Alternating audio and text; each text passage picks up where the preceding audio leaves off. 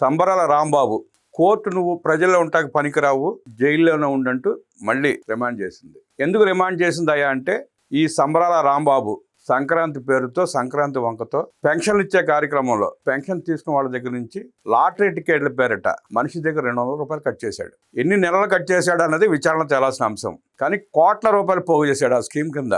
కొన్ని లాటరీ తీసి ఎవరైనా ఇచ్చాడంటే అది ఇచ్చిన పాపాన్ని పోలా. అంత అష్టదరిద్రుడు ఈ రాంబాబు.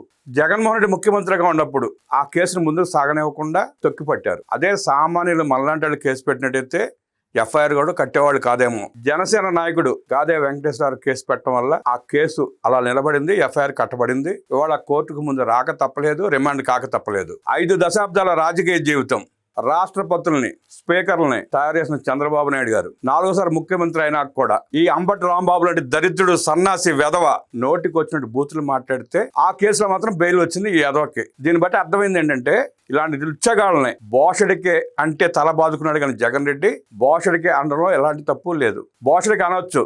పైగా ఈ వెధవ రాంబాబు గారు ఇవాళ పోలీస్ వ్యాన్ దిగుతా తగ్గేదేలంట యాక్షన్ సినిమా స్టైల్లో. మేము అంతకంటే తగ్గవరా వెధవ అంటూ మళ్ళీ తీసుకెళ్లి బొక్కలు వేశారు పోలీసులు.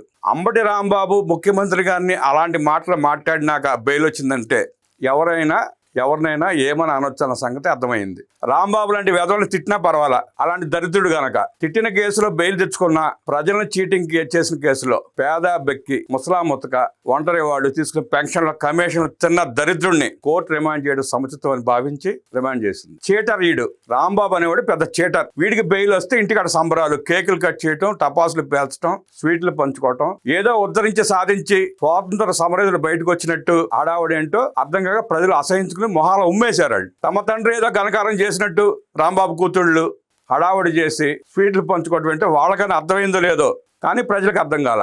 రాంబాబు కూతురు మా నాన్న బెయిల్ మీద వస్తాడని చెప్పి అనలా, రాంబాబు గారు వస్తున్నారంటుంది. రాంబాబు గారు అంటే ఎవరు అర్థం కాక విస్తుపోవడం ప్రజల వంతయింది. అంటే ఆ అమ్మాయి కూడా నాన్నని పిలవలేని దౌర్భాగ్యుడు, నీచుడు ఎలా మాట్లాడి ఉంటే కడుపు రగిలిపోయి అందరూ మాట్లాడుతున్నారో అర్థం చేసుకోవాలి.